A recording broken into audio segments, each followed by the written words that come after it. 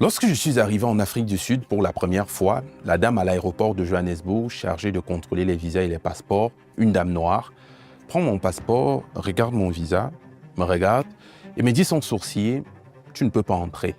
Elle m'explique ensuite que le visa qui m'avait été délivré, officiellement, était le même que celui délivré aux Nigérians et aux Indiens. Je ne comprends pas. Puis elle me fait remarquer un monsieur qui semblait clairement être en détresse et me dit « Ce monsieur attend depuis près de 5 heures, c'est un Nigérian. Et toi, tu vas attendre comme lui. » Finalement, j'ai attendu quelque temps à l'aéroport. À la fin, lorsque la dame me rend mon passeport, elle me dit avec un accent très prononcé et un ton très condescendant « Everything will frustrate you in South Africa. » Tout va te frustrer en Afrique du Sud. J'étais chanceux parce que le Nigérian que j'ai trouvé sur place n'a pas pu entrer, malgré son visa en bonne et due forme. Je vous raconte tout ceci pour dire que lorsqu'on parle de xénophobie en Afrique du Sud et de rejet du noir, ce n'est pas une vue de l'esprit. Je l'ai vécu directement et je sais ce que j'ai ressenti ce jour-là. L'Afrique du Sud aujourd'hui est devenue un enfer pour les ressortissants africains. Et je pèse mes mots. Your time is up in our country. You need to go back to your country.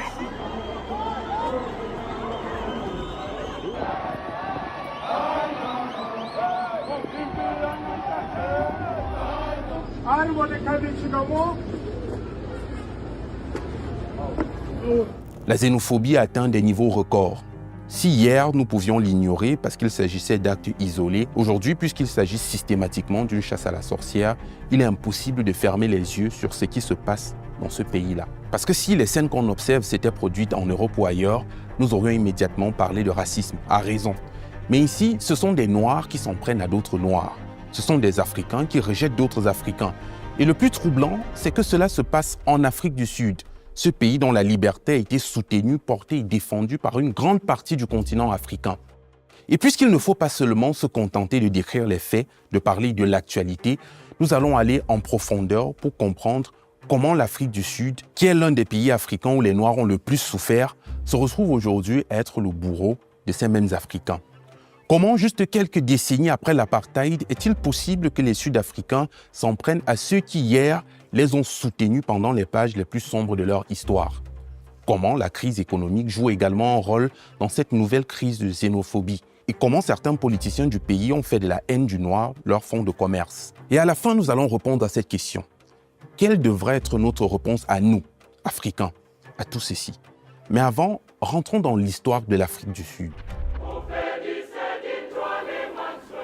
I, Nelson Rhodesasa Mandela. Les colons européens arrivent au Cap au XVIIe siècle. Des Hollandais, des Allemands, des Scandinaves, puis plus tard les Britanniques. Ils arrivent sur ces terres avec leurs fusils, leurs Bibles et surtout avec une idée qui va empoisonner le pays pendant des siècles. L'idée qu'il existe des peuples destinés à commander et d'autres destinés à servir.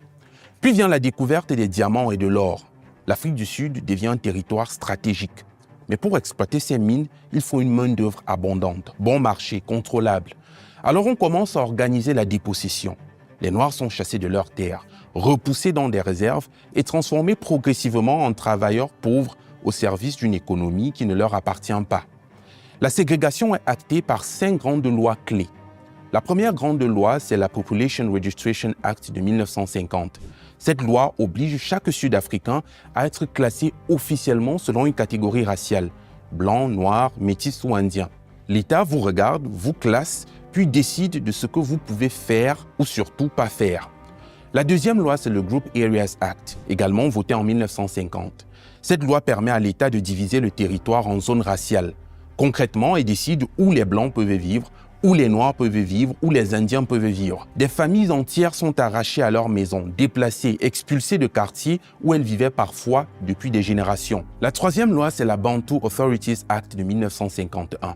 Elle prépare le système des Bantoustans. Ces territoires supposés être des patries pour les populations noires. En réalité, c'était une stratégie pour dire aux Noirs, vous n'êtes pas vraiment des citoyens sud-africains. Vous appartenez à des territoires séparés. C'était une manière de leur retirer progressivement leur citoyenneté politique dans leur propre pays. La quatrième loi, c'est le Pass Laws Act. Les Noirs devaient porter des documents d'identité, comme des sortes de passeports pour justifier leur présence dans certaines zones du pays. Un Noir pouvait être arrêté simplement parce qu'il n'avait pas le bon papier au bon endroit. Imaginez un peu être des étrangers dans votre propre pays. Devoir prouver à tout moment que vous avez le droit d'être là, sur la terre de vos ancêtres. Enfin, la 5e loi, c'est le Bantu Education Act de 1953. Cette loi organise une éducation inférieure pour les enfants noirs. L'objectif était clairement de former une main-d'œuvre obéissante, préparée à servir dans le système économique contrôlé par des Blancs. Dans les salles de classe, par exemple, on enseigne aux enfants comment laver des habits plutôt que les mathématiques, la géométrie et autres choses. Now, just show me how to wrap this. Show us the wrapping. Et c'est dans ce système que naissent et se développent les townships. Les townships sont des quartiers construits et organisés pour garder les populations noires loin des centres urbains blancs, tout en les gardant suffisamment proches pour qu'elles viennent travailler. Le matin, les Noirs entraient dans la ville pour faire tourner l'économie et le soir, ils retournaient dans leur quartier périphérique. Nous y reviendrons plus tard. Les townships deviennent donc des lieux de pauvreté abjecte, de surveillance policière, de frustration, mais aussi des lieux de résistance. Parce que c'est là que grandit une conscience politique. C'est là que les jeunes voient l'injustice de leurs propres yeux. C'est là que des familles comprennent que l'apartheid n'est pas seulement une loi votée à Pretoria, mais une réalité vécue tous les jours, dans le transport, dans l'école, dans le travail. Et parmi ceux qui vont incarner cette résistance, il y a ce jeune homme, Nelson Mandela. Mandela rejoint l'ANC et devient très vite l'une des figures majeures de sa branche jeunesse. Mais contrairement à ce qui est souvent présenté, Mandela n'était pas la figure ou bien la seule figure principale de l'opposition en Afrique du Sud. Certes, il bénéficiait d'un certain charisme et d'une certaine popularité.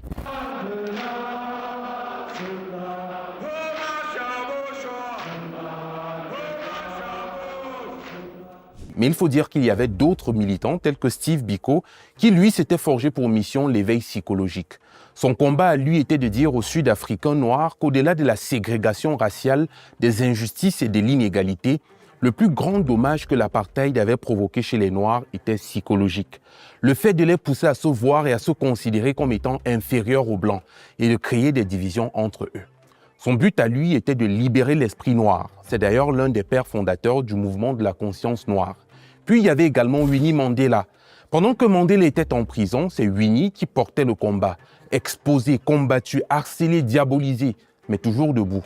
Pour beaucoup de Sud-Africains, elle était « the mother of the nation », la mère de la nation.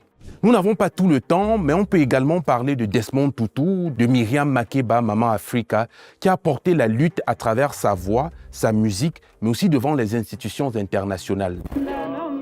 Miriam Makeba. L'Afrique du Sud était donc en état d'ébullition. La colère est à son paroxysme et cette colère atteint un point de rupture le 16 juin 1976 avec le massacre de Soweto. Des élèves noirs descendent dans la rue pour protester contre l'obligation d'apprendre l'afrikaans, la langue de l'oppresseur. Ce sont des enfants, des adolescents, des élèves, mais le régime répond avec des balles. Officiellement, le bilan reconnu atteint plusieurs centaines de morts selon certaines sources. Et l'image du jeune Hector Peterson, tué par la police, devient l'un des symboles les plus puissants de la brutalité de l'apartheid. Et entre-temps, la lutte s'était radicalisée. Mandela et les autres avaient créé Umkhonto wa Sizwe, la branche armée de l'ANC, un peu plus violente. Ils seront donc arrêtés, jugés, condamnés à la prison à vie. Et Mandela passera 27 années derrière les barreaux avec plusieurs autres compagnons de lutte. Officiellement, l'apartheid est tombé en 1994, après une forte pression interne provoquée par des mouvements insurrectionnels noirs, mais aussi une pression externe venue de la communauté internationale. L'apartheid est tombé, oui, mais les réflexes qu'il a créés n'ont pas disparu, tant chez les Blancs que chez les Noirs. La démocratie a donné le vote, elle a rendu la dignité juridique, elle a permis à Nelson Mandela de devenir président. Mais elle n'a pas immédiatement effacé les inégalités, elle n'a pas vidé les townships, elle n'a pas redistribué toutes les terres, elle n'a pas donné du travail à tout le monde. Elle n'a pas réparé en une génération plusieurs siècles d'humiliation. Une partie de la population noire sud-africaine s'est retrouvée libre politiquement, mais toujours prisonnière économiquement. Et c'est ici que nous revenons à l'Afrique du Sud actuelle. 30 ans après l'apartheid, l'Afrique du Sud est-elle vraiment sortie du système ou a-t-elle simplement changé de façade ?